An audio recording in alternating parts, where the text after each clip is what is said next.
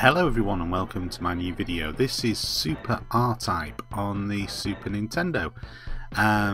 This is some sort of jazzed up version of the original R-Type, I guess. And true to form to the original R-Type, it's bloody difficult but strangely compelling and very addictive. It's well worth checking out. You should be able to pick up a copy of this quite reasonable on eBay. I didn't pay over the odds for it by any stretch of the imagination, and I managed to get a boxed copy that was complete with instructions and the little box inside the box type thing that comes with Super Nintendo and N64 games. And yeah, it's well worth checking out. It's very different from the original R-Type, as you can see, and it's well worth getting. Like I say, it's tough. I'm playing this on easy and it's still kicked my ass all over the place. And it would have been very disappointing if it hadn't been. I mean, R-Type is quite renowned for being a very tough game, or certainly one of the more tougher horizontally scrolling shoot 'em ups. And yeah, I like it. It looks nice, plays nice, and yeah, that's pretty much all I've got to say about Super R-Type. Check it out. The main thrust of the video is I went to the Play Expo in Manchester at the weekend. That was at Event City near the Trafford Centre, and all in all it was quite an enjoyable experience. There are things that I would have done better, but I mean, it is the first year that they've gone to the scale that they have now. I mean, it used to be just about retro games, and if memory serves, it used to be in Blackpool. So they've sort of upped the scale quite a bit to try to give a broader appeal, I guess. And you know, for the first attempt, it was pretty good, but there were a number of things that did irritate me, mostly to do with the layout. When you walked in the door, immediately to your right, they had the whole cosplay thing going. And then on your left was the retro area, sort of on your left and in front of you was the retro area. Now, it was a bit of a pain in the arse because the cosplay had its own stage and they had this girl with a microphone and loud music going. I mean, yeah, I don't mind that. You know, you go into an expo, that's going to happen. But it did make trying to talk to people in the retro area a bit of a nightmare. It seemed that the best place you could go to actually talk to people was where they were serving food and drink, which was right at the far end. And to get there, you had to walk through the current gaming section, and also through I'm assuming it was some LAN tournament type gaming thing that they had going on. And that's another thing really I wanted that was kind of a bit disappointing. I thought they gave up far too much space in the main area to the whole LAN tournament thing. I mean, I know you've got to give up space because you've got to have people with their equipment and the screens, and they've got to sit down and play the game, blah de blah. And there was some kind of tournament thing going on. But in there, that was kind of the problem. There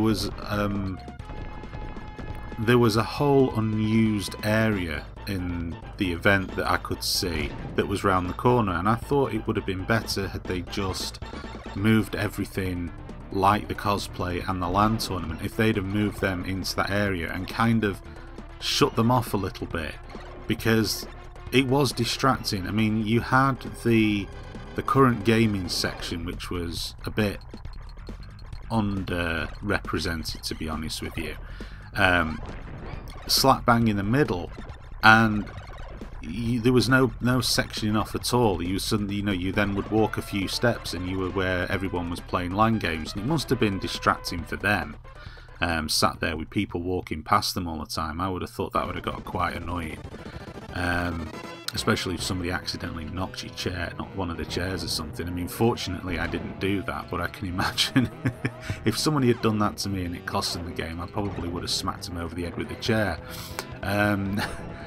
So it just, from that side of things, it was pretty poorly laid out in my opinion. And I also wanted to try to listen to a guy from the Bitmap Brothers talking about his games and, you know, a bit of history of the Bitmap Brothers, and he did a Q&A as well. And sometimes it got difficult to hear. I mean, he was talking through a microphone and I was thankfully relatively close to one of the speakers. But because this LAN tournament thing was going on quite close to that, and they, you know, they had cameras on it and all of this and all of that, you know, that noise was filtering through a bit too much, and that was annoying. And plus the fact he just had like a black curtain thing behind him, and behind that you could see the rest of the expanse of the exhibition centre, and that was all empty and in darkness. And I just kept thinking while I was sat there, they really should have just stuck the noisy crap in there and kept the retro and the main games section apart. There wasn't that many there wasn't really that many current games on show. I mean, again, it was underrepresented, which is kind of understandable, with it being the first year that it's got to that size. It has to build up a reputation, I suppose. I mean, Electronic Arts were there. They had their Medal of Honor Warfighter, Need for Speed and FIFA booths. They had these 3 big booths there. I think that was all they had. They might have had something else, I don't know. Nintendo was there with the Wii U, and that seemed pretty poorly organised. It was quite condensed and didn't really look as if there was a lot of space, and there was quite a queue as well. I mean, I didn't bother with it. I wasn't going to stand in a queue for ages. There was other things I wanted to see that I was far more interested in the retro section. The retro section itself was laid out better than the others, because there was plenty of places to sit and play on the old consoles and old computers and stuff like that. And there was a nice selection of old arcade machines, some of which were free to play. I'm not sure if they all were, but some were. And you know, there was some nice retro stores there. The lesson I learned was that if you want to buy anything, it's probably a good idea to take some cash with you. But it was just good, you know, seeing all of that stuff. And yeah, I mean, overall it was very good. They could do things better, but that's going to come, I suppose, if they get an opportunity to stage the exhibition again. I'm sure they'll learn from the mistakes. Apparently there was issues on the Saturday with regards to people getting in the place. It was a bit horrendous. I went on the Sunday and just walked straight in, so whatever problem they had there, they managed to fix it. But yeah, all in all, it was well worth checking out.